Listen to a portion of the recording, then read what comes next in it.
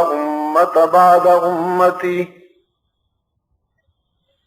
ولا شريعة بعد شريعته ولا كتاب بعد كتابه صلى الله تعالى عليه وعلى آله وأصحابه الذين هم خلاصة العرب العظباء وخير الخلائق بعد الأنبياء وهم كالنجوم في السماء للاهتداء والاقتداء وهم مفاتيح الرحمة ومصابيح الغرر. أعوذ بالله من الشيطان الرجيم. بسم الله الرحمن الرحيم. ألف لام را تلك آيات الكتاب المبين. إنا أنزلناه قرآنا عربيا لعلكم تعقلون. نحن نقص عليك أحسن القصص بما أوحينا إليك هذا القرآن وإن كنت من قبله لمن الغافلين.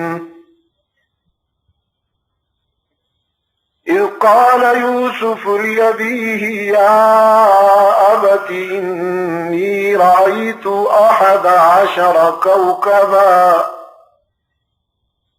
والشمس والقمر رأيتهم لي ساجدين. قال يا بني لا تقصص رؤياك على إخوتك فيكيدوا لك كيدا إن الشيطان للإنسان عدو مبين.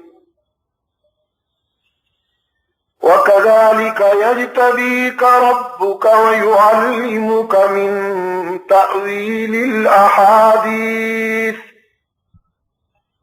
ويتم نعمته عليك وعلى آل يعقوب كما أتمها على أبويك من قبل إبراهيم وإسحاق إن ربك عليم حكيم.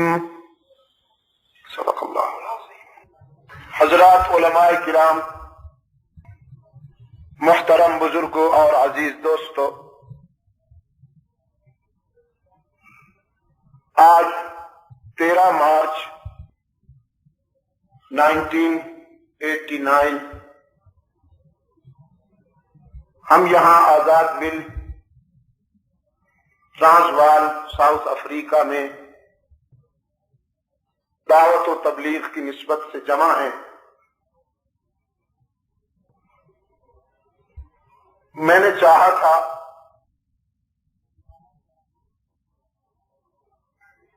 کہ معارف القرآن کے جانشین سے ہم دیر تک استفادہ کی سعادت حاصل کریں گے، لیکن انہوں نے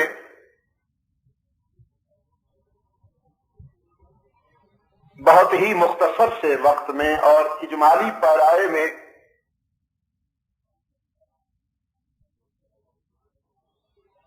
ہمیں اس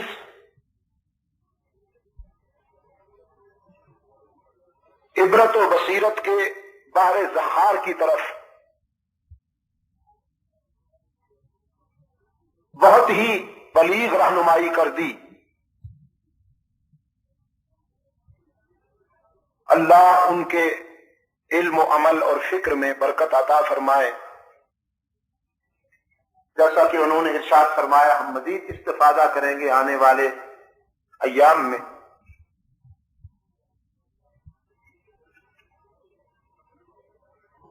ابتدا حروف مقطعات سے ہوئی،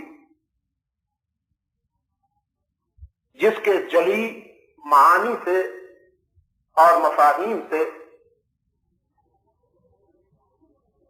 حق تعالی ہی واقف ہیں۔ اپنے محبوب کو خطاب کرتے ہوئے رب العالمین نے فرمایا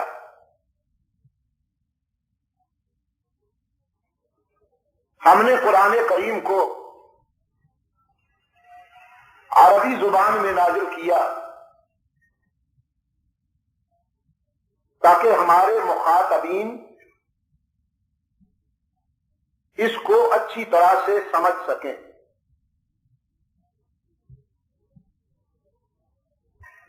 میں اس سے پہلے کسی موقع پر عرض کر چکا ہوں کہ عادت اللہ یہ ہے، سنت اللہ یہ ہے کہ وہ جس قوم کی طرف اپنا نمائندہ بھیجتے ہیں وہ اسی زبان میں اس قوم سے مخاطب ہوتا ہے جو اس قوم کی زبان ہوا کرتی ہے۔ وما ارسلنا من رسول الا بلسان قومہ،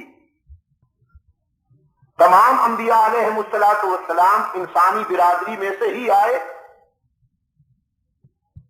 اور وہ جس علاقے میں جس قوم کی طرف مبعوث ہوئے انہوں نے اسی زبان میں قوم سے بات کی تاکہ دعوت و تبلیغ کے سفر میں زبان و بیان کی اجنبیت رکاوٹ نہ بن سکے۔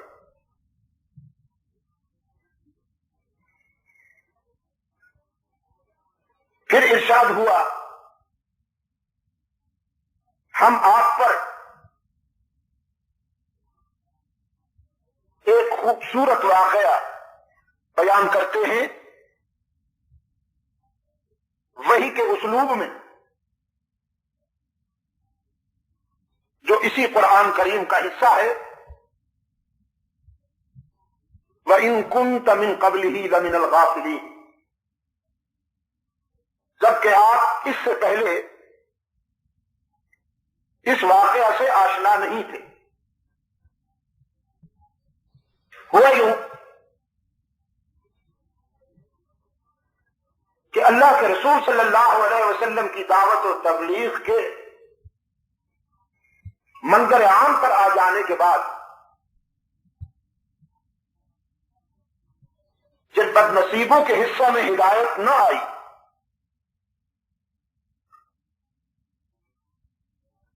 یہ تو آپ جانتے ہیں کہ ہدایت کا معاملہ محض اللہ کے اختیار میں ہے۔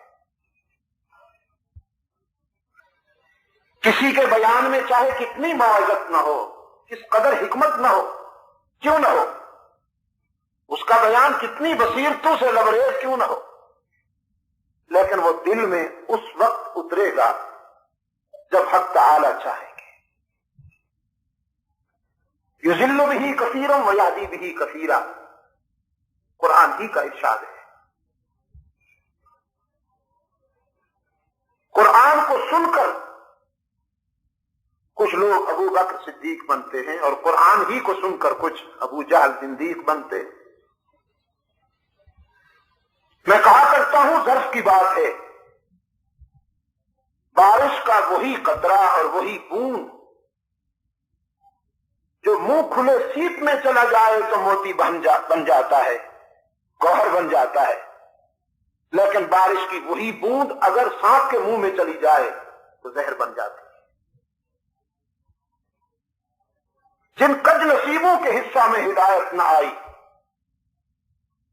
وہ موقع کی تار میں رہا کرتے تھے کہ کوئی ایسا حربہ ہاتھ میں آئے کہ ہم اللہ کے رسول صلی اللہ علیہ وسلم کو لاجواب کرتے۔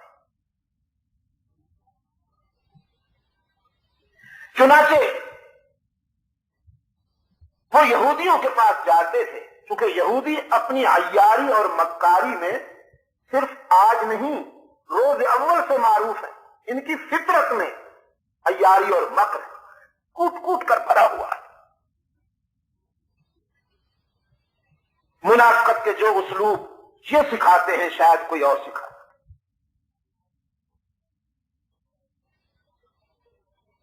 تو مشرکین ان کے پاس آئے کہ ہمیں کوئی حربہ دو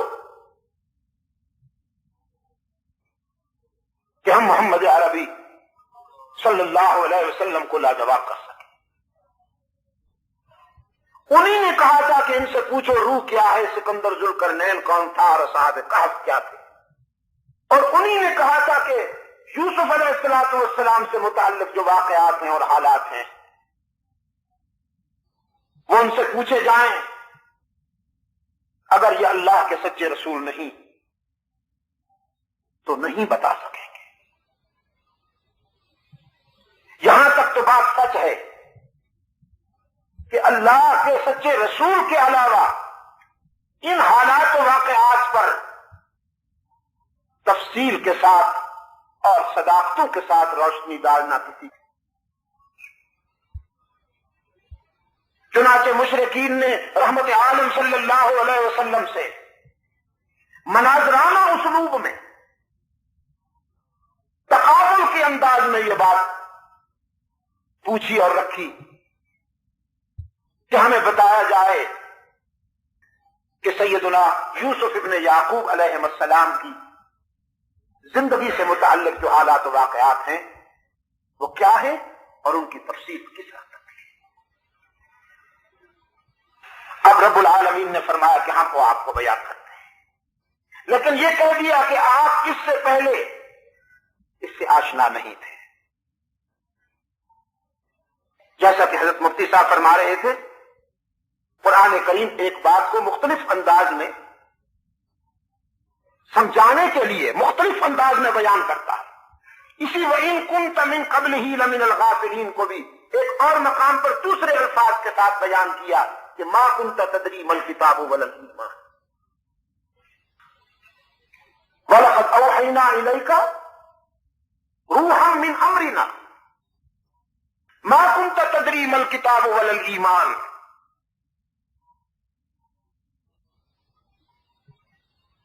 ہم نے آپ کو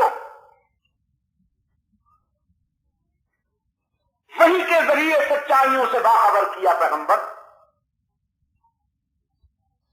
جبکہ اس سے پہلے آپ کتاب و ایمان کی روح کو نہیں سمجھتے تھے۔ ایک تیسری جگہ ارشاد ہوا وَعَلَّمَكَ مَا لَمْ تَكُنْ تَعْلَمْ، اللہ نے آپ کو وہ حقائق سمجھائے ہیں، وہ بصیرتیں عطا فرمائی ہیں، وہ حکمتیں عطا فرمائی ہیں، وہ علوم عطا فرمائے ہیں کہ آپ اس سے پہلے واقف نہیں تھے۔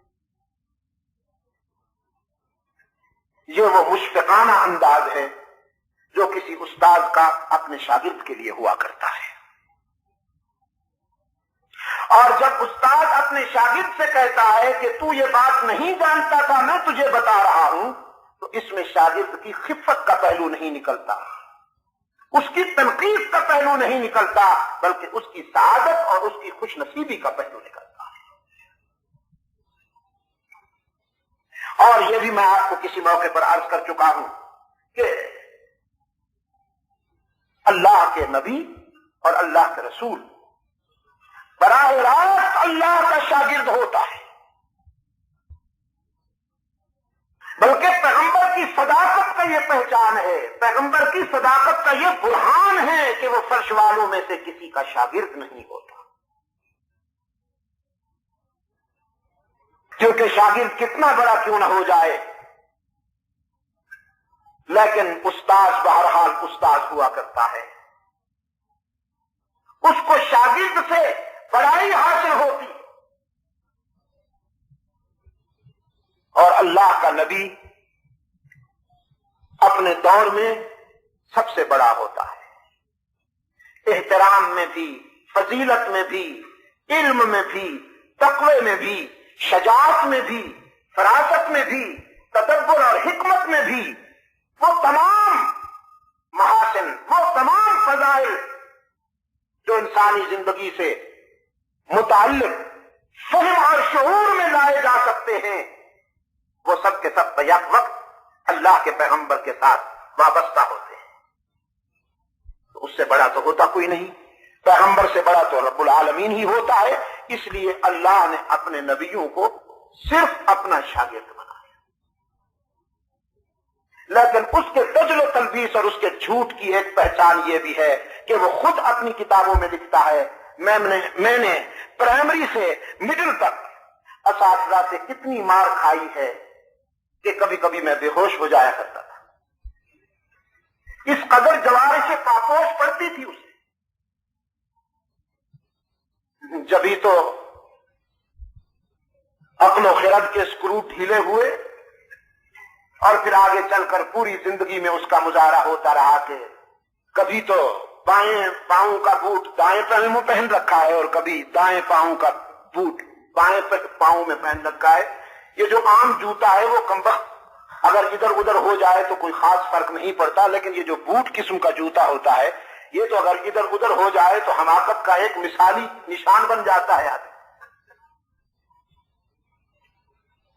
اور نیچے والے بٹن کبھی اوپر کے سوراخ میں اور کبھی واسکٹ کے بٹن شیروانی میں لگائے ہوئے، تو یہ اسی زمانہ سے سکرو ڈھیلے ہوئے تھے عقل و خرد کے۔ میرے عزیز دوستو، وَإِن كُنتَ مِن قَبْلِهِ لَمِنَ الْغَافِلِينَ سے رحمت عالم صلی اللہ علیہ وسلم کی عظمت، آپ صلی اللہ علیہ وسلم کی علو شان اور آپ صلی اللہ علیہ وسلم کی سعادتوں کا ایک ایسا سلسلہ سامنے آ جاتا ہے کہ حق تعالی شفقت کے انداز میں، پیار کے انداز میں اپنے مثالی شاگرد سے فرماتے ہیں میرے محبوب آپ یہ باتیں نہیں جانتے تھے، ہم آپ کو بتا رہے ہیں۔ میرے عزیز دوستو، اس کے بعد قرآن کریم نے وہ خواب بیان کیا جو سیدنا یوسف علیہ السلام نے اپنے والد گرامی کے سامنے بیان کیا، جیسا کہ افتتاحی کلمات میں حضرت مفتی صاحب مدظلہ نے فرمایا، سیدنا یوسف علی قائدنا وعلیہ التسلیم، حسن و جمال میں اور محاسن میں، اپنے اخلاق میں اپنی مثال آپ ہے، لیکن جہاں وہ حسن و رعنائی کا پیکر تھے، جہاں اللہ نے انہیں خوبیوں سے نوازا تھا، وہ امتحان و آزمائش کے بھی مثالی مرحلوں سے گزرے۔ اور اس حوالے سے قرآن کریم آپ کو کاشن دیتا ہے، قرآن کریم آپ کو میسج دیتا ہے کہ اگر حسین بننا ہے تو آزمائشوں کے لیے بھی تیار رہیے۔ ہم چاہتے ہیں کہ خوبیاں تو ساری ہمارے حصے میں آ جائیں، لیکن کوئی ہم پہ حسد نہ کرے، کوئی ہمارے خلاف نہ کہے، ہر طرف سے ہمیں آفرین اور تحسین میسر آئے، ہر دل میں ہماری محبت ہو، ہر آنکھ میں ہماری چاہت ہو، ہم سارے جہان کے محبوب بن جائیں۔ لیکن قرآن کریم اپنے بلیغ انداز میں یہ بات واضح کرتا ہے کہ جو یوسف بنے گا اس پہ حسد بھی کیا جائے گا، اور حسد بھی گھر سے شروع ہوگا۔ دور کے لوگ بعد میں اس بیماری میں مبتلا ہوں گے، پہلے خود اپنے۔ کہا گیا نا کہ یہ جو اقارب ہوتے ہیں اقارب ہوتے ہیں، ایک حرف کی گویا وہ ہے تھوڑی سی مخرج کا فرق ہے، نہیں حرف کا فرق ہے، مخرج کا کیا؟ اقارب میں حمزہ ہے اور اقارب میں عین ہے۔ توحید.com لیکن بڑی فصاحت ہے اس میں کہ یہ جو قریبی لوگ ہوتے ہیں، یہ جو عزیز اور رشتہ دار ہوتے ہیں، بچھو کی مانند ہوتے ہیں، ڈنک مارنے سے نہیں چوکتے، لیکن جہاں وہ بچھو کا کام کرتے ہیں، اللہ جن کو سعادت عطا کرتا ہے وہ اپنے اخلاقی معیار سے نہیں اترتے۔ اللہ کے ایک بندے کی بات ہمارے شاندار ماضی میں نظر آتی ہے کہ بچھو پانی میں تیرتا چلا جا رہا تھا اور وہ اس کو نکالنے کے لیے، پانی سے نکالنے کے لیے کہ ڈوب جائے گا تو مر جائے گا، اس کو پکڑتے تھے اور جو ہی پکڑتے تھے وہ ڈس دیتا تھا۔ اب اس کے ساتھ ساتھ پانی کی روانی کے ساتھ ساتھ چل بھی رہے ہیں، وہ بچھو بھی چل رہا ہے، بہ رہا ہے، اور ان کو درد بھی ہوتا ہے، کچھ دیر مسلتے ہیں اپنے ہاتھ کو، پھر پکڑتے ہیں اس کو باہر نکالنے کے لیے، وہ پھر ڈنک مار دیتا ہے۔ دیکھنے والوں نے کہا عجیب آدمی ہو بھائی، وہ ڈنک مارنے سے باز نہیں آ رہا، آپ پھر بھی اس کو نکالنا چاہتے ہیں؟ فرمانے لگے وہ اپنی بری عادت سے باز نہیں آتا تو میں اپنی اچھی عادت سے باز کیوں آ جاؤں؟ اس کی عادت ہے ڈسنا، وہ ڈس رہا ہے۔ جب وہ ڈسنے سے باز نہیں آتا، اپنی بری عادت کو نہیں چھوڑتا تو میں اپنی اچھی عادت کو کیوں چھوڑ دوں؟ تو جن کی فطرت میں ڈسنا ہوگا وہ ڈسیں گے، یاد رکھیے گا۔ اب آپ اگر چاہیں کہ بچھو میرا دوست بن جائے اور وہ ڈسنے سے باز آ جائے، ایسا نہیں ہوگا۔ جس کی فطرت میں ڈسنا ہوگا وہ ڈسے گا۔ میرے عزیز دوستو، سیدنا یوسف علی نبینا علیہ التسلیم نے اپنے والد گرامی حضرت یعقوب علیہ السلام کے سامنے اپنا خواب بیان کیا۔ یہ عمر میں چھوٹے تھے اور مرتبے میں سب سے بڑے تھے۔ سیدنا یعقوب علیہ السلام کو دوسرے بیٹوں سے حضرت یوسف سے زیادہ محبت تھی۔ فرانس کے سفر میں ایک دوست نے مجھ سے پوچھا، تمام بیٹوں سے بڑھ کر جب پیغمبر کسی ایک بیٹے سے زیادہ محبت کرتا ہے تو کیا یہ انصاف کے خلاف نہیں؟ اور جب اس نے یہ بات کہی تو میرے ذہن میں یہ بات آ گئی کہ آگے چل کر کہنے والا ہے، یہ آگے چل کر کہنے والا ہے کہ اگر بیٹوں میں سے کسی ایک بیٹے کے ساتھ امتیازی محبت کی جائے یہ انصاف کے خلاف ہے، تو پھر اب یہ بھی کہے گا کہ امہات المومنین میں سے، بیویوں میں سے اگر پیغمبر نے سیدہ عائشہ سے زیادہ محبت کی ہے تو یہ انصاف کے خلاف کیوں نہیں؟ یہ اصل میں تمہید تھی یہاں تک پہنچنے کی۔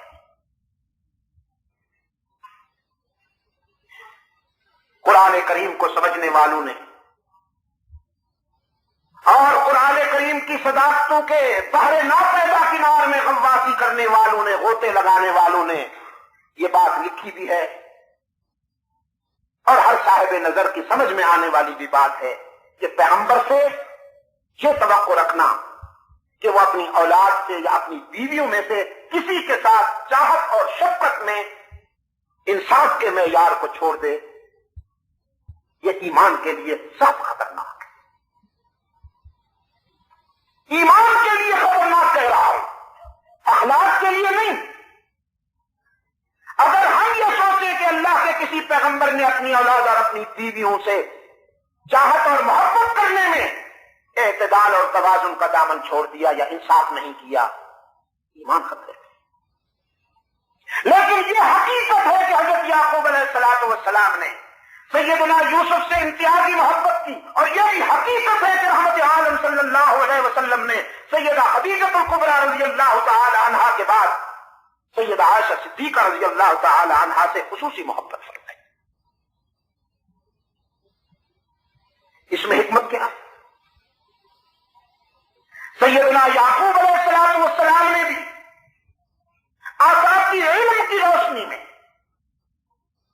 اور خداداد فراست، خداداد بصیرت کی روشنی میں سیدنا یوسف کے چہرے پر ان کی خوش بختی اور ان کی امتیازی سعادت کی روشنی دیکھ لی تھی کہ یہ اللہ کی امانتوں کا امیر بننے والا ہے، اسے حق تعالی کی طرف سے وہ امانت ملنے والی ہے جو میرے اولاد میں سے کسی اور کے حصے میں نہیں۔ یہ نبوت کی سعادت سے فیض یاب ہونے والا ہے۔ ظاہر ہے کہ اگر آپ اپنے بیٹوں میں سے کسی بیٹے کے متعلق یہ جانتے ہوں کہ یہ عالم بھی بنے گا، قرآن کا حافظ بھی بنے گا، مفسر بھی بنے گا، تقوی کے معیار پہ بھی پورا اترے گا اور پورے معاشرے میں ممتاز اور سربلند ہوگا، علم کے لحاظ سے بھی، عمل کے لحاظ سے بھی، تقوی کے لحاظ سے بھی۔ تو ظاہر ہے کہ آپ کے گوشہ قلب میں جو مقام اس کے لیے ہوگا وہ کسی اور بیٹے کے لیے نہیں ہو سکتا۔ اسی طرح سیدہ عائشہ صدیقہ رضی اللہ تعالی عنہا کی ذہانت، ان کی فطانت، ان کی ذکاوت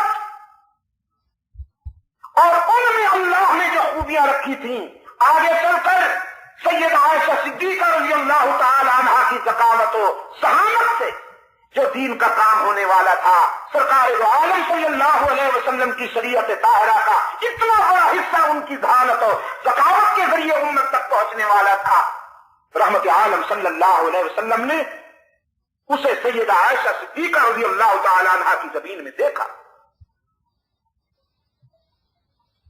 چنانچہ وہ صحابہ کرام کی استاد بنی، جیسا کہ میں کئی مرتبہ آپ سے عرض کر چکا ہوں، 2200 سے زیادہ حدیثوں کی وہ راویہ ہیں۔ 2200 حدیثیں کہہ دینا تو بڑا آسان ہے، لیکن انہیں جمع کیا جائے تو وہ ایک ضخیم کتاب بن جائے، کیونکہ بعض حدیثیں خاصی طویل ہیں جو سیدہ عائشہ صدیقہ رضی اللہ تعالی عنہا سے مرد۔ تو یہ نفسانی امتیاز نہیں تھا، یہ جذباتی فیصلہ نہیں تھا، بلکہ اللہ نے جو خوبیاں عطا فرمائی تھی حضرت یوسف کو، اس کی وجہ سے یعقوب علیہ السلام نے ان کے ساتھ محبت فرمائی، اور اسی طرح جو خوبیاں صدیق اکبر کی بیٹی کو میسر آئی ہیں، حق تعالیٰ کی طرف سے ان کے پیش نظر رحمت عالم صلی اللہ علیہ وسلم نے بھی ان سے شفقت فرمائی تھی۔ سیدنا یوسف علیہ السلام نے عرض کیا، میں نے خواب یہ دیکھا کہ 11 ستارے میرے سامنے سرنگوں ہیں، سورج اور چاند مجھے سجدہ کر رہے ہیں۔ یہاں پر بعض حضرات کہتے ہیں غیر اللہ کو اگر سجدہ حرام ہے تو یہ دیکھیے، انی رأیت 11 کوكبا والشمس والقمر رأیتهم لی ساجدین، انہوں نے خواب میں دیکھا تھا، اور پھر صرف خواب میں نہیں، آگے چل کر یہ خواب جب عملی صورت میں پیش سامنے آیا ہے تو انہوں نے سجدہ کیا تھا۔ اگر غیر اللہ کو سجدہ حرام ہے تو یوسف علیہ السلام کے بھائیوں نے نہیں کیا تھا۔ میرے عزیز دوستو، ہم اس کتاب کے پابند ہیں اور رحمت عالم صلی اللہ علیہ وسلم کی شریعت کے مکلف ہیں۔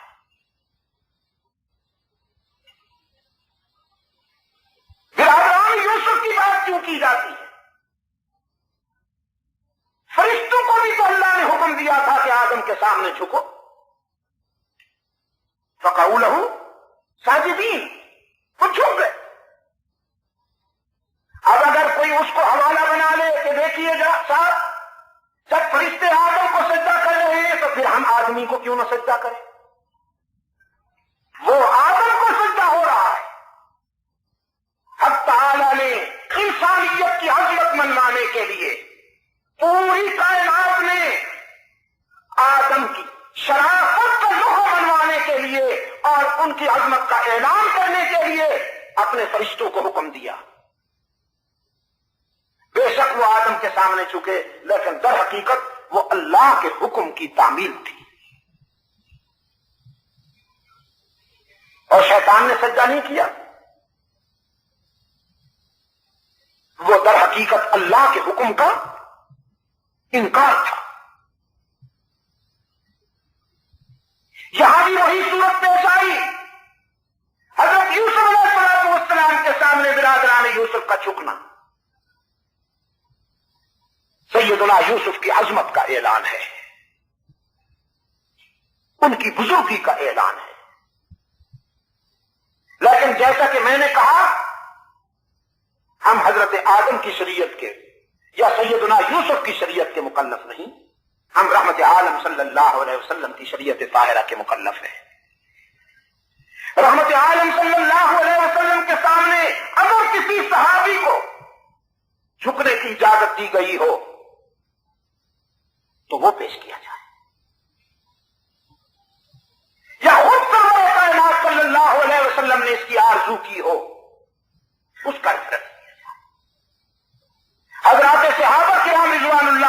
معین تو عرض کرتے ہیں اللہ کے رسول ہم دیکھتے ہیں عرب کی سوسائٹی میں کہ بڑے لوگوں کے سامنے ان کی رعایت تعظیماً انہیں جھک کر ملتی ہے، وَأَنْتَ أَحَقُّ أَنْ يُسْجَدَ لَكَ، آپ تو پھر سب سے زیادہ اس کے حقدار ہیں۔ اگر تعظیم اور آداب کا یہی تقاضا ہے کہ اس کے سامنے جھکا جائے تو پھر آپ کے سامنے ہم کیوں نہیں جھکتے؟ اگر اس کی گنجائش ہے تو ہمیں اجازت دی جائے کہ ہم بھی آپ کے سامنے جھکا کریں۔ رحمت عالم صلی اللہ علیہ وسلم نے فرمایا اگر میری شریعت میں اللہ کے سوا کسی کے آگے سر جھکانے کی گنجائش ہوتی تو میں عورت کو اجازت دیتا کہ وہ اپنے خاوند کے سامنے جھکا کرے، اور اس دور کے خاوند کو اجازت ہوتی کہ وہ اپنی بیگم کے آگے جھکا کرے۔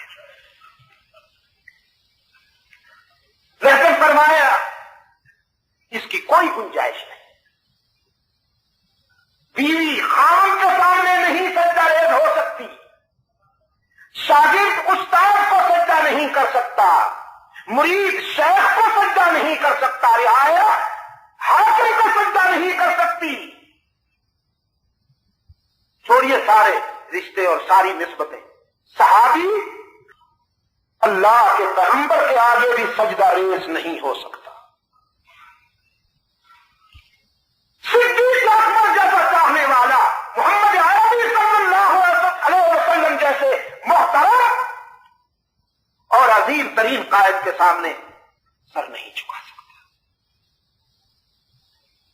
افریقہ کے روشن ضمیروں یاد رکھیے گا، اسلام میں سر کٹانے کے لیے بہت سے مقامات ہیں لیکن سر جھکانے کے لیے ایک ہی در ہے۔ بیٹی کی آبرو خطرے میں ہو تو باپ سر کٹا دے، بہن کی عزت خطرے میں ہو تو بھائی سر کٹا دے، ماں کی آبرو خطرے میں ہو تو حلالی بیٹے سر کٹا دے، وطن کی آزادی خطرے میں ہو تو محب وطن سر کٹا دے۔ سر کٹانے کے لیے بہت سے مقامات ہیں لیکن سر جھکانے کے لیے ایک ہی در ہے۔ اور یہ تھیوری نئی نہیں ہے، یہ بیماری بہت پرانی ہے۔ جلال الدین اکبر کی بھی خواہش تھی کہ میرے سامنے تعظیماً سر جھکایا جائے، اور اس دور کے بے ضمیروں نے فتویٰ بھی دے دیا کہ جائز ہے اس کا سجدہ۔ جلال الدین اکبر نے پوچھا میرا خیال یہ ہے کہ مندر اور مسجد میں کوئی فرق نہیں، تو بے ضمیروں نے کہا بالکل کوئی فرق نہیں، یہ جن سردور میں ہوتی، میدے کے تقاضوں پر زندگی گزارنے والی جن۔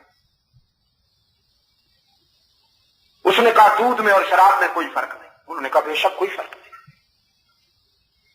لمبے لمبے جبے ہوتے تھے کم بختوں کے، سر پہ اتنے موٹے موٹے امامے ہوتے تھے کہ جیسے گٹری رکھی ہوئی ہو سر پہ،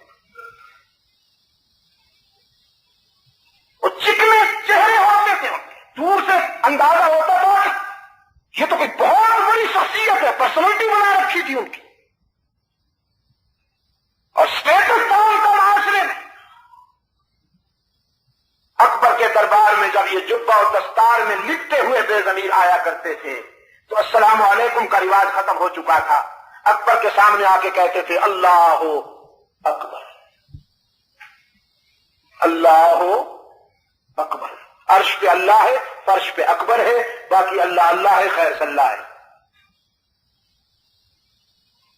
اکبر نے کہا میرے خیال میں تعظیماً میرے سامنے جھکنا یہ میری عظمت کا اقرار ہے اور دین کے خلاف نہیں ہے۔ انہوں نے کہا بے شک پہلے ہم جھکیں گے، وہ جھکتے تھے، لیکن جہاں ایسی جنس ہوا کرتی ہے وہاں حق و صداقت کے کچھ نہ کچھ علمبردار بھی ضرور ہوا کرتے ہیں، جو اس اندھیری رات میں سچائی کا چراغ جلاتے ہیں۔ شیخ احمد سرہندی مجدد الفسانی رحمت اللہ علیہ پر اللہ کی قرب سر جھکا کے تو گزرے گا نا، ہم فتویٰ دے دیں گے سجدہ ہو کر، فتویٰ تیار ہے ہمارا۔ بہت خوش ہوا، کہنے لگا حق کے نمک ادا کر دیا تم نے، شاباش، میری تو سمجھ میں نہیں آ رہی تھی تجویز۔ رحمت اللہ تعالی علیہ کو کعبہ جولان لایا گیا، جب دیوار کے قریب آئے اور ونڈو دیکھا اقبال کہتا ہے گردن نہ جھکی جس کی جہانگیر کے آگے، اللہ نے برفق کیا جس کو خبردار۔ دیوار کو دیکھتے ہی سارا پلان سمجھ گئے، سارا منصوبہ سمجھ گئے، تو ونڈو کے قریب آئے، سر نیچا کرنے کے بجائے بیٹھ گئے اور دونوں پاؤں پہلے گزار کر پھر سر نکال کر کھڑے۔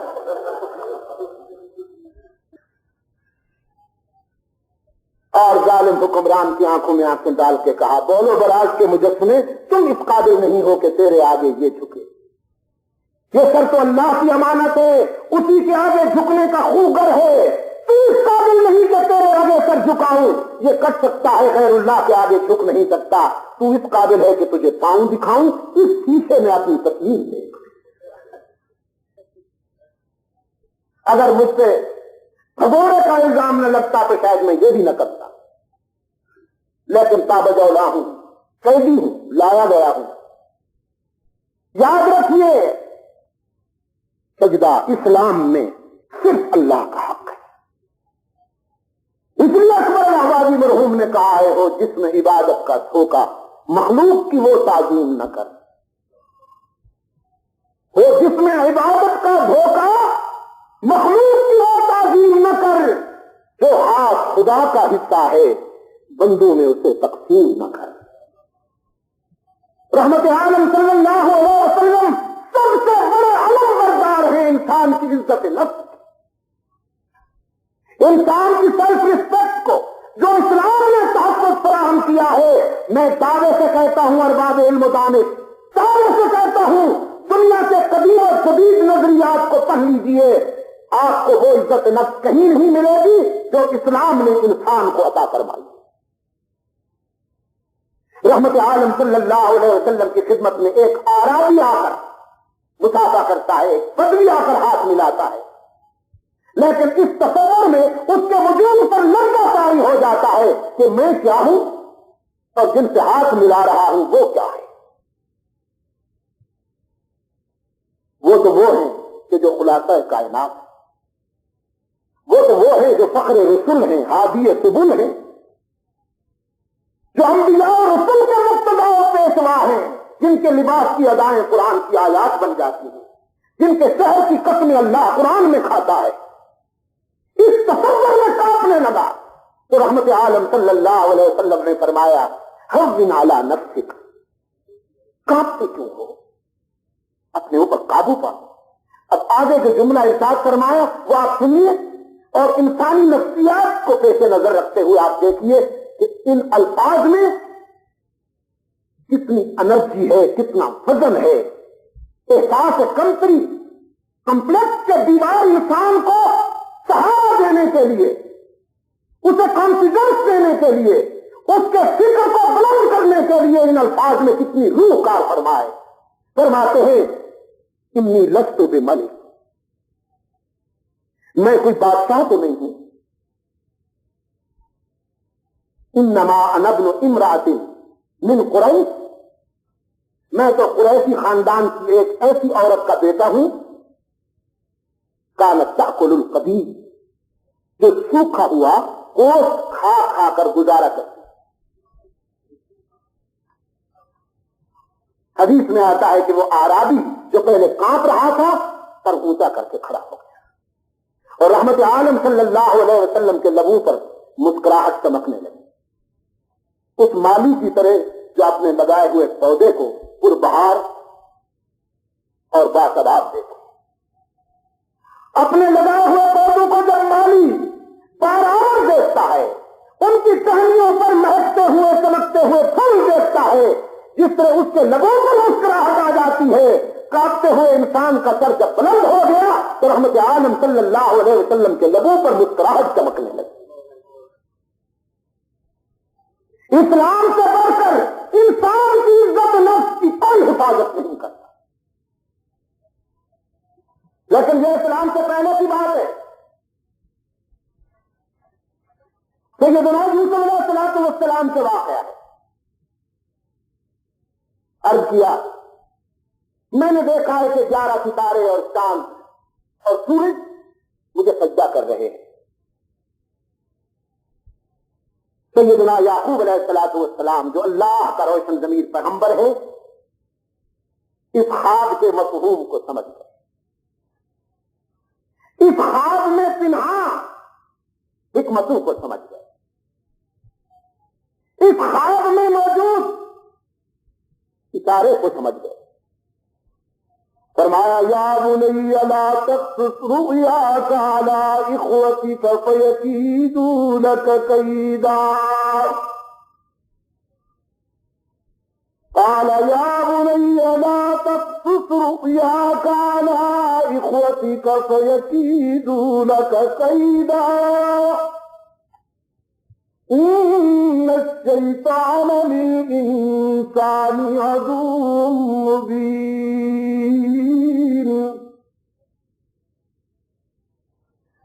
میرے عزیز بیٹے، اس خواب کو اپنے بھائیوں کے سامنے بیان نہ کیجیے گا، یہ نہیں فرمایا کہ دنیا والوں کے سامنے بیان نہ کیجیے، لا تقصص رؤیاک علی اخوتک، اپنے بھائیوں کے سامنے بیان نہ کیجیے گا کہ دنیا والے تو شاید تیری عظمت کو برداشت کر لیں، لیکن تیرے بھائیوں کے ہاں اتنا ظرف نہیں ہے کہ وہ تیری یہ عظمت برداشت کر سکیں۔ رحمت عالم صلی اللہ علیہ وسلم کو بھی تو مدینہ والوں نے آنکھوں میں جگہ دی، مدینہ والوں نے رحمت عالم صلی اللہ علیہ وسلم کی قدموں میں آنکھیں بچھائیں۔ وہ مدینہ کی بیٹیاں تھیں جو رحمت عالم صلی اللہ علیہ وسلم کی آمد پر یہ ترانہ بلند کر رہی تھی کہ طلع البدر علینا من ثنیات الوداع، آج ہمارے آسمان پر، آج ہمارے مقدر کے آسمان پر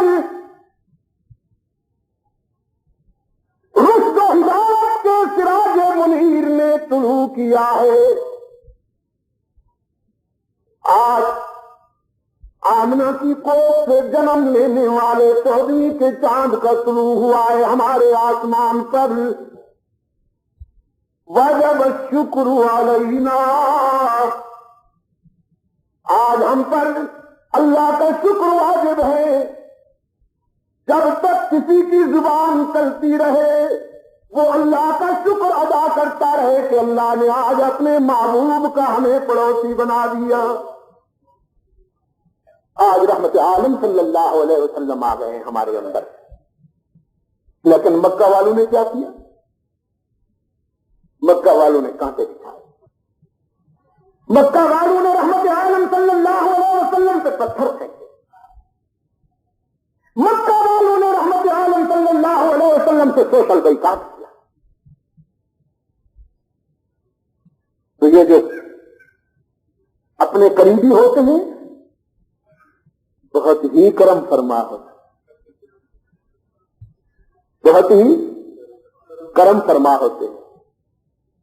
انہیں نے تو ڈال دیا کنویں میں، مصر میں جا کے عزت ملی، اور یہاں بھائیوں نے کیا کیا؟ بھائیوں نے فرمایا آ رہی تھی چاہے یوسف سے صدا، آ رہی تھی چاہے یوسف سے صدا، دوست یہاں تھوڑے ہیں اور بھائی بہت، دوستوں کی بہت کمی ہے اور کنویں میں ڈالنے والے بھائیوں جیسے قطار اندر قطار ملتے ہیں،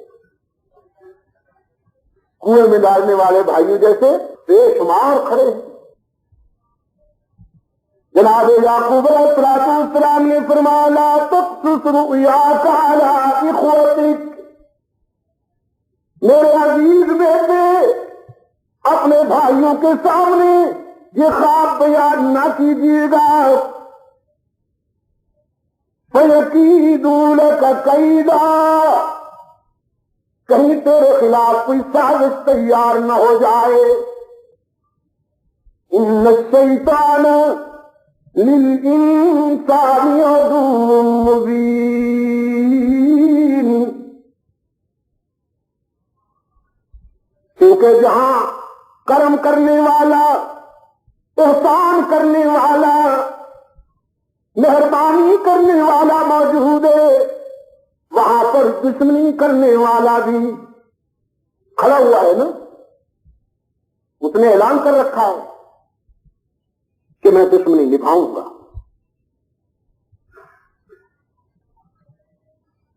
رب العالمین نے فرمایا وَكَذَلِكَ يَجْتَبِيكَ رَبُّكَ وَيُعَلِّمُكَ مِن تَأْوِيلِ الْأَحَادِيثِ. یوسف، ہم نے ایسے ہی آپ کو منتخب کیا ہے اپنے پیار کے لیے، اپنی شفقت کے لیے.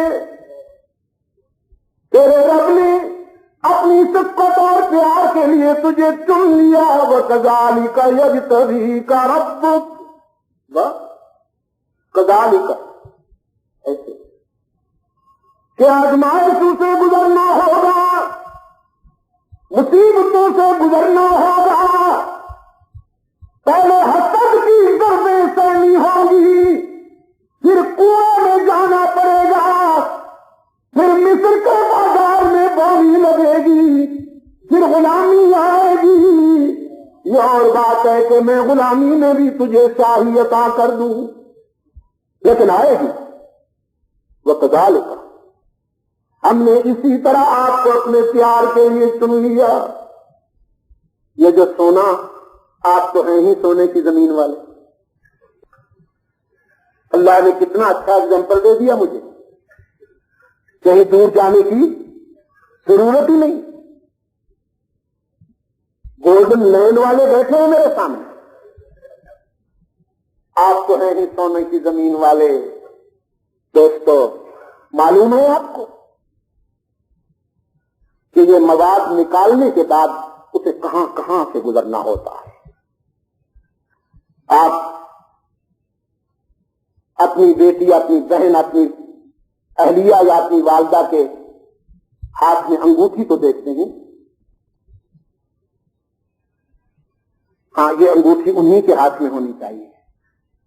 توحید-سنت.com. آپ کہیں ان کی جگہ نہ لے لیں، لیکن سوچئے کہ انگوٹھی بننے کے لیے اس کو کہاں کہاں سے گزرنا پڑا. یہ جو گھڑی کی حالت میں آپ کے ہاتھ میں موجود ہے، آپ نے پہن رکھی ہے، ذرا ایک نظر ڈالیے نا اپنی گھڑی کی طرف. دائیں ہاتھ میں ہے یا بائیں ہاتھ میں؟ الحمدللہ. اگر کسی کے بائیں ہاتھ میں ہے تو اسے فوراً دائیں ہاتھ میں لے آئے. یہ وقت کی ضرورت ہے، ہم اس کو پہنتے ہیں، لیکن جب بائیں ہاتھ میں پہنیں گے تو یہ انگریز کی سنت ہے، یہ انگریز کا طریقہ ہے. ہمارے ہاں اسلام کی تعلیمات نے داہنے ہاتھ کو شرف عطا فرمایا ہے، داہنے ہاتھ کو فضیلت عطا فرمائی ہے، اور ان کے ہاں دائیں ہاتھ افضل ہے، آپ کے ہاں دائیں ہاتھ افضل ہے. صبح جب آدمی اٹھتا ہے تو پہلا کام، آنکھ کھلتے ہی پہلا کام یہ کرتا ہے، ٹھیک ہے نا؟ پہلا کام یہ کرتا ہے. لیکن اگر یوں ہو گویا دن کی ابتدائی دائیں ہاتھ سے ہو گیا. یہ جہاد تو کر دیجئے. رحمت عالم صلی اللہ علیہ وسلم نے فرمایا فتنوں کے زمانہ میں جو شخص میری سنت کو زندہ کرے گا، میں اسے قیامت کے دن مجاہدین اور شہداء کے صف میں کھڑا کروں گا. فتنوں کے زمانے، تو آج فتنوں کا زمانہ ہے نا جی. تو یہ گھڑی جو آپ کے ہاتھ میں ہے، ذرا اس سے پوچھئے یہ اسٹیل کہاں سے گزرا، اس کو کتنی ضربیں سہنا پڑی، اس کے جو پرزے ہیں، اس کے اندر جو کام کر رہے ہیں، ذرا ان سے پوچھئے تو صحیح. اگر اللہ انہیں قوت گویائی دے تو وہ اپنی کہانی سنا. کہ کتنی مرتبہ انہیں چلنا پڑا، کتنی مرتبہ انہیں پسنا پڑا، کتنی ان پہ ضربیں پڑی. 100 بار جب عقیق کٹا یا کٹا تب نگین ہوا. 100 بار جب عقیق کٹا تب نگین ہوا. تو فطرت یہی کہتی ہے قیمتی بننے کے لیے آزمائشوں سے گزرنا پڑے گا. آج ہم یہ چاہتے ہیں کہ ہم شارٹ کٹ کر لیں. آج میرا ایک عزیز پوچھ رہا تھا، نام نہیں لیتا ہوں، پوچھ رہا تھا کہ میں آپ کی طرح اگر بیان کرنا چاہوں تو کون سی کتاب پڑھوں.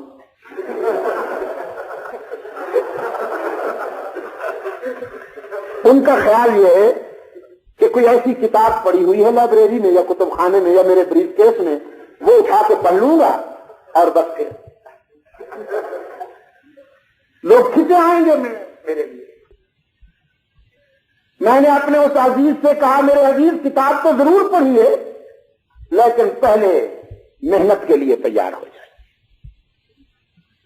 استاد بھی کوئی کامل ملے، ٹیلنٹ بھی ہو، اور سب سے بڑھ کر اللہ کا کرم کہ اس کے بغیر بات نہیں بنتی. اس کے بعد رہنما کامل مل جائے، پھر ٹیلنٹ بھی ہو، پھر محنت کی جائے تو بہت عرصے کے بعد جا کے بات بنی. آپ کو معلوم ہے میری دعوت و تبلیغ کے سفر کا اس وقت 26واں سال شروع ہے. 26واں سال شروع ہے مولانا. اس وقت تک ہم نے اس دن اکاؤنٹ کیا تقریباً 60 لاکھ کلومیٹر سفر ہو چکا ہے. کتنے ملین ہوئے جی؟ 6 ملین کلومیٹر. اور یہ تو آج آپ حضرات جیسے ماشاءاللہ صاحب حیثیت دوست میسر آئے ہیں کہ ہم ہوائی جہازوں پہ سفر کر لیتے ہیں، ورنہ پیدل بھی سفر کیا، گھوڑوں پہ بیٹھ کے بھی سفر کیا، کئی میل پیدل بھی کیا، کشتیوں میں بھی بیٹھ کے سفر کیا، بسوں میں بیٹھ کے بھی سفر کیا، ٹرکوں میں بھی بیٹھ کے سفر کیا، سائیکلوں پہ بھی سفر کیا. اور آج آپ کو بتاؤں تیر کے بھی سفر. تو چمڑے کا ایک وہ ہوتا ہے مشکیزہ تھا، اس میں ہوا بھر دی جاتی ہے، تو پھر اس کو نیچے جہاں رکھ کے اس کے اوپر 16 میل تک ہم نے اس پہ سفر کیا. ایک پورا دریا ہی عبور نہیں کیا، بہت بڑا دریا ہے ہمارے وہاں دریا سندھ. گرمیوں کے موسم میں وہ اتنا پھیل جاتا ہے، اس میں اتنا پانی آ جاتا ہے کہ وہ کئی میلوں تک ہوتا ہے. تو ہم نے 16 میل اس پہ تیر کر وہ دریا عبور کیا اور جا کے جلسے میں شرکت کی.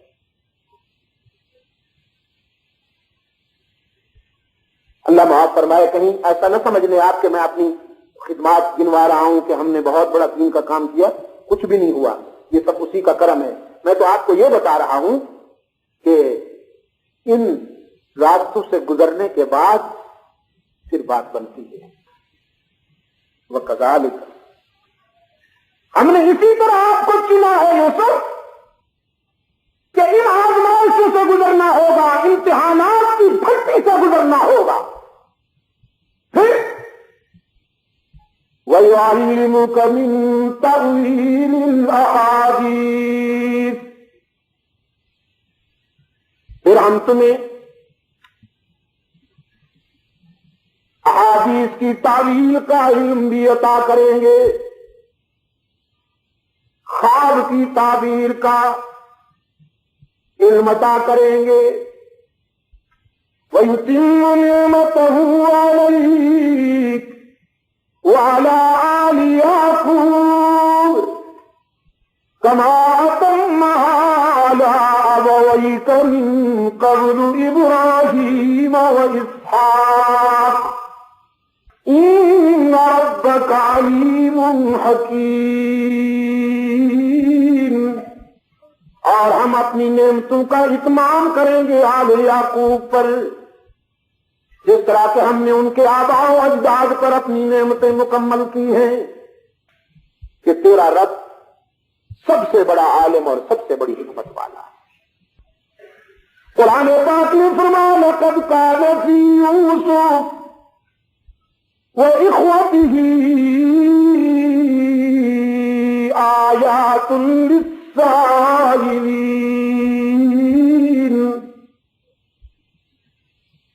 یقیناً یوسف اور اس کے بھائیوں کے حالات میں سوال کرنے والوں کے لیے بہت سی نشانیاں موجود ہیں. اذ قالوا ليوسف واخوه احب الى ابينا منا ونحن عصبة. اب میرے پاس ہے صرف 3 راتیں. کتنی؟ اور مجھے یاد ہے حضرت بنوری رحمت اللہ علیہ نے سورہ یوسف کی تفسیر 21 دن پڑھائی تھی. جی جلالین شریف جب ہم نے ان سے پڑھی 21 دن سورہ یوسف کی تفسیر پڑھائی، اور وہ جس طرح بولتے تھے بس اللہ جسے توفیق دے اسی کی سمجھ میں آئے، ورنہ اتنی تیز رفتاری سے آئے خیاشر میں ایک طالب علم کی ہم نے کاپی دیکھی لکھی ہوئی تو اس میں آخر میں لکھا ہوا ہے. کبھی یہ کیا لکھا ہے تم نے؟ کہا حضرت بولتے ہیں تو ایک سطر میں 3-4 مرتبہ خیال میں اور بیان کرتے ہیں وہ تیز رفتاری کے ساتھ. تو اگر میرے لہجے میں جس طرح میں بول رہا ہوں ان 21 دنوں کو لایا جائے تو پھر کم از کم 1.5 مہینہ بنتا ہے، اور میرے پاس ہے صرف 3 راتیں، اور میرے سننے والے ہیں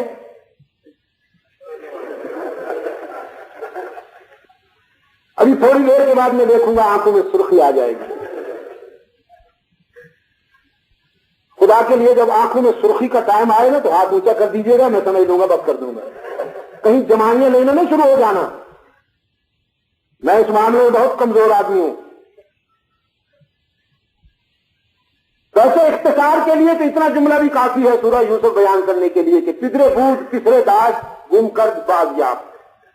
ایک باپ تھا، اس کا ایک بیٹا تھا، وہ گم ہو گیا تھا پھر مل گیا تھا.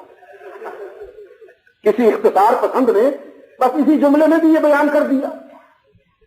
لیکن میں نے ان تفصیلات میں اور سورہ یوسف میں جو کچھ جیسا کہ مفتی صاحب نے فرمایا کہ میسج دینا ہے آپ کو، اب بھی کوشش کر رہا ہوں کہ ہر پہلو پر جو ہمارے لیے اس میں عبرت ہے، جو ہمارے لیے بصیرت ہے، اس سے ہم استفادہ کرتے چلے جائیں. تو وہ میسج دینا تو بہت ضروری ہے. جی فرمایا اذ قالوا ليوسف واخوه احب الى ابينا منا ونحن عصبة ان ابانا لفي ضلال مبين. سیدنا یوسف علیہ السلام کے بھائی ایک میٹنگ میں کہنے لگے تعداد میں ہم زیادہ ہیں، عمر ہماری زیادہ ہے، اور اس گھر کی خدمات کے سلسلے میں قربانیاں بھی ہماری زیادہ ہیں، یہ عمر میں بھی ہم سے کم ہے. پتہ نہیں ہمارے باپ کو کیا ہو گیا کہ جتنی محبت اس سے کرتے ہیں ہم سے نہیں کرتے. یہ اپنے باپ کی آنکھوں کا تارا بنا ہوا ہے. ایسے لگتا ہے کہ لفی ضلال مبین. توبہ توبہ، کتنی بری بیماری ہے حسد کی بھی، عقل چھین لیتی ہے. رحمت عالم صلی اللہ علیہ وسلم نے فرمایا ایاکم والحسد، اللہ تمہیں ہر بیماری سے بچائے لیکن حسد کی بیماری سے اللہ تمہیں خاص طور پر محفوظ رکھے، بچا کرو. کیونکہ حسد کی آگ خوبیوں کو اور اچھے اعمال کو یوں کھا جاتی ہے جیسے سوکھی لکڑیوں کو آگ کھا جاتی ہے. کھا گئی نا ان کی خوبیوں کو اور سعادت کو. اپنے باپ اللہ کے نبی کے متعلق یہ جملہ کہہ بیٹھے اِنَّا أَبَانَا لَفِي ضَلَالٍ مُبِينٍ، یقیناً ہمارے باپ کو بہت بڑی غلط فہمی ہوئی ہے سمجھنے میں. نرم ترجمہ یہی کروں گا نا، ہمیں سمجھنے میں بہت بڑی غلط فہمی ہوئی ہے ہمارے باپ کو. اقتلوا یوسف، اب حد ہو گئی، ہم کب تک برداشت کریں؟ آئیے خنجر اٹھائیں اور یوسف کا کام تمام کریں، یا پھر کسی ایسی جگہ سے پھینک آئیں کہ زندگی بھر یعقوب یوسف کو دیکھنے کے لیے بھی ترس جائے. یہ بھی اللہ کے عجیب انداز ہے، اس کی حکمت کے اور کرشمے. جہاں دشمن پیدا کرتا ہے وہاں دوست بھی ضرور پیدا کرتا ہے. بے شک دشمنوں کی تعداد زیادہ ہے لیکن دوست موجود. جناب موسیٰ جب فرعون کے سوئمنگ پول میں آئے اور فرعونی سخاوت نے چاہا کہ وہ اسے ذبح کر دے، تو اللہ نے آسیہ کے دل میں محبت پیدا کی. اپنے کلیم کو جب دشمن کے حلقے میں بھیجا تو وہاں ایک دوست بھی پیدا کر دیا. یہاں بھی یوسف علیہ السلام کے بارے میں جب یہ سوچا جانے لگا کہ اسے قتل کر دیا جائے، ایک بھائی نے اس تجویز کے بعد اپنے بھائیوں سے خطاب کرتے ہوئے فرمایا لا تقتلوا یوسف، وہ ہاتھ کہاں سے لاؤ گے جو اس چاند جیسے چہرے پہ خنجر چلا سکیں؟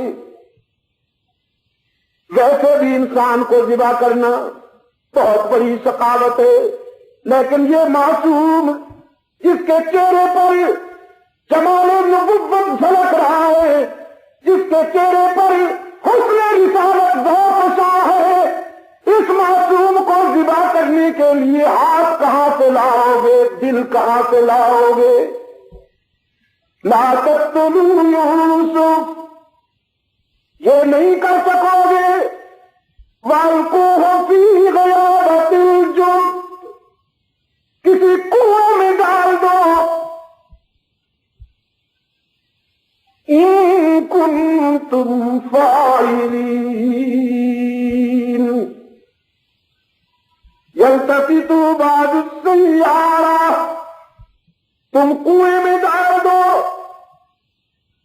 کوئی مسافر اٹھا کے لے جائے گا، لیکن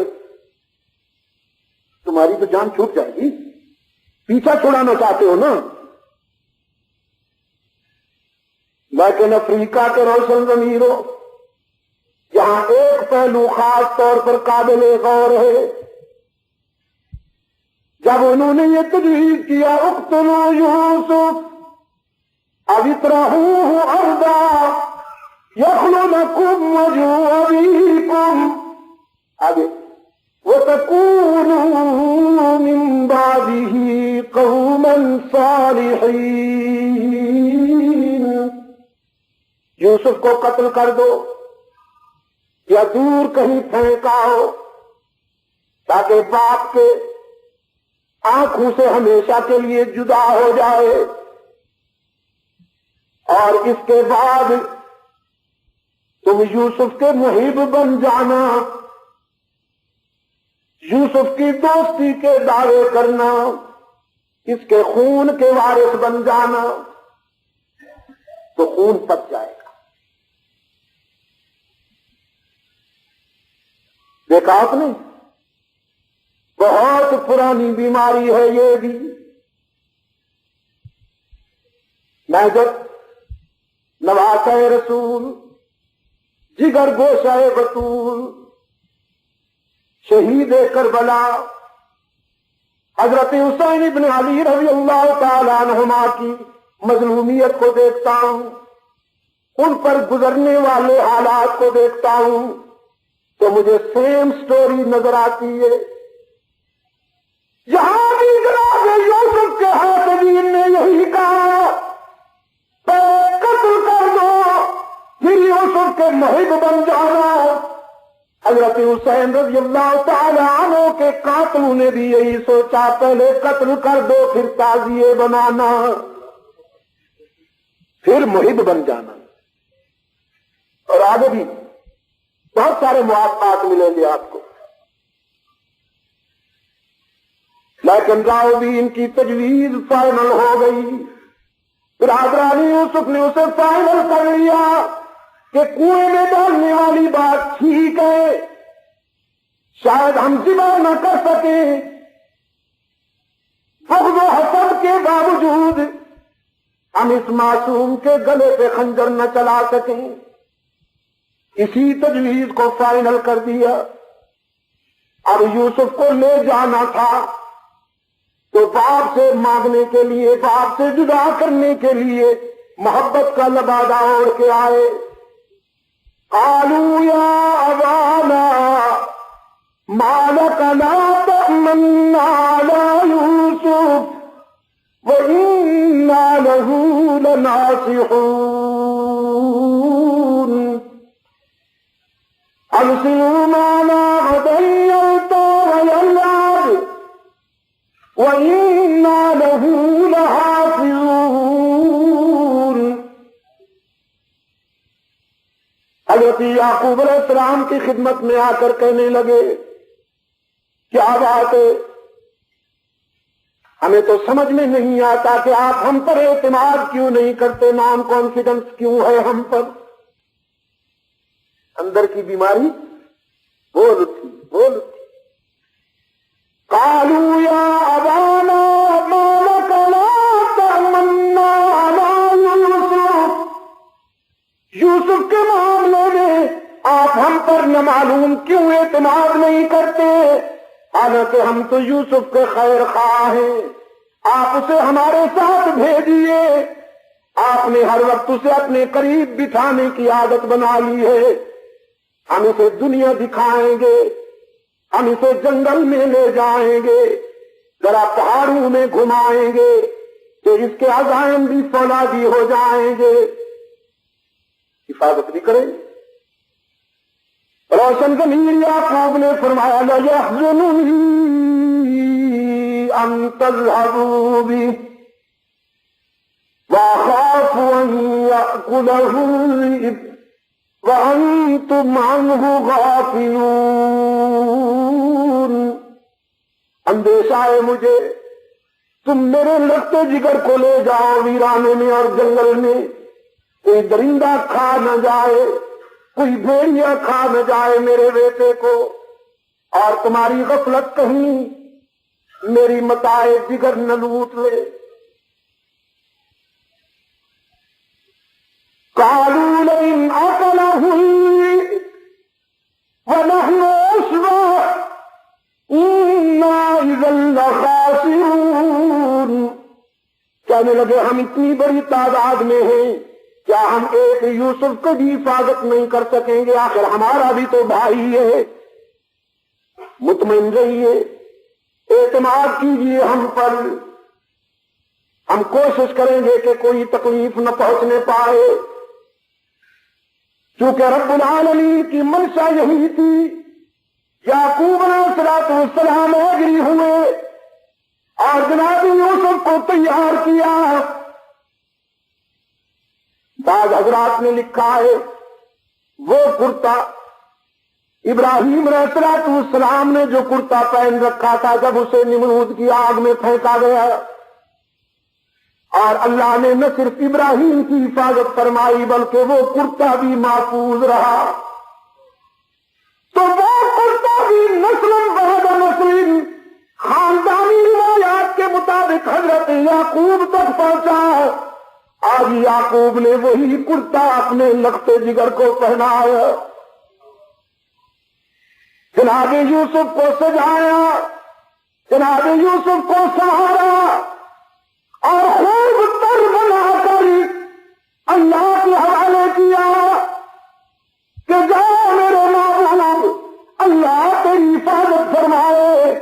قرآن کہتا ہے فلما ذهبوا به واجمعوا ان يجعلوه في غيابة الجب جب لے آئے حضرت یوسف کو ویرانے میں اور تیاریاں مکمل ہو گئیں، وَأَجْمَعُوا، اور تیاریاں مکمل ہو گئی کہ کنویں میں ڈال دیا جائے، باپ کی نظر سے جدا ہو کے ہی، باپ کی نگاہوں سے جدا ہو کے ہی، حدیث میں آتا ہے سیدنا یعقوب اپنے بچھڑتے ہوئے یوسف کو دور تک کھڑے دیکھتے رہے، اور یوسف بھی جاتے جاتے پلٹ کر اپنے شفیق والد گرامی کو دیکھتے رہے، لیکن جب باپ کی نگاہوں سے اوجھل ہوئے تو محبت کا دعویٰ کرنے والوں کے انداز بدل گئے،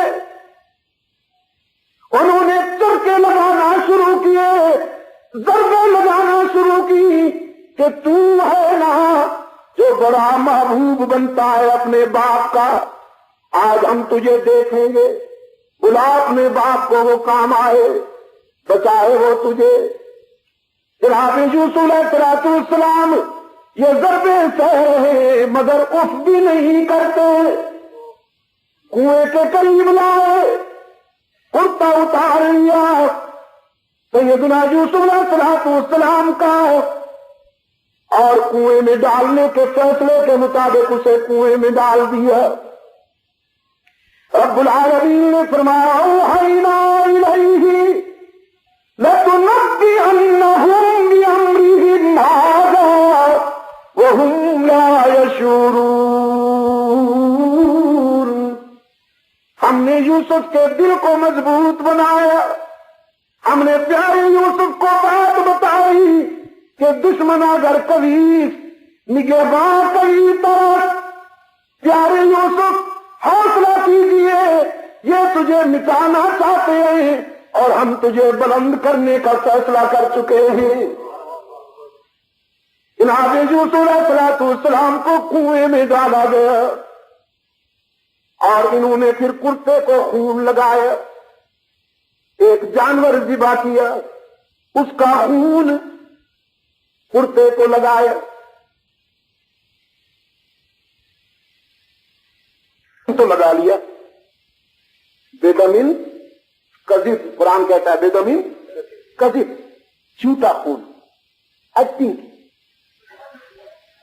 ڈرامہ کھیلے، خون تو لگا لیا، لیکن اہل نظر کہتے ہیں جھوٹ کے پہو نہیں ہوتے۔ خون تو لگا لیا، پھاڑنا بھول گئے کہ کہیں سے کوئی دانت کا نشان نظر آئے، کہیں سے کوئی چوٹ کا نشان نظر آئے۔ جب کوئی درندہ حملہ کرتا ہے تو آخر آدمی بچاؤ کے لیے ہاتھ پاؤں مارتا ہے، وہ کپڑے پھاڑتا ہے، کوئی کہیں سے پھٹتا، کہیں سے کوئی سوراخ ہوتا، یہ یاد ہی نہ رہا، بڑے آرام سے خون لگا کے پھر اس کو لکڑی پہ بلند کیا۔ ایک نے آگے اٹھا لیا اور باقی پیچھے ہو گئے۔ قرآن پاک نے فرمایا وَجَاءُوا عَلَىٰ قَمِيصِهِ بِدَمٍ كَذِبٍ، مظلوم کا خون پچانے کے لیے کہا۔ اہل بیت سے تعلق رکھنے والے حضرات کو خاص طور پر غور کرنا چاہیے۔ ادھر مظلوم کا خون پچانے کے لیے انسانی تاریخ میں نکلنے والا یہ سب سے پہلا جلوس تھا جو برادران یوسف نے نکالا۔ وَجَاءُوا أَبَاهُمْ عِشَاءً يَبْكُونَ، اپنے باپ کے پاس آئے خون آلود کرتا اٹھائے ہوئے، علم بنائے ہوئے، اور آئے کس وقت؟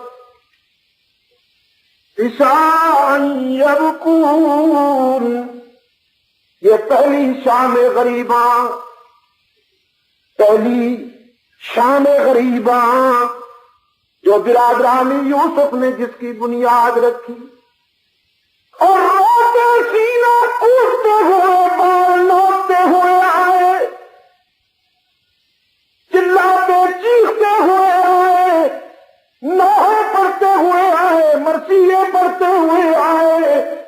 اور یوسف کے فضائل بیان کرتے ہوئے، مصائب بیان کرتے ہوئے آئے، ہائے یوسف، ہائے یوسف، ہائے یوسف، ہائے یوسف۔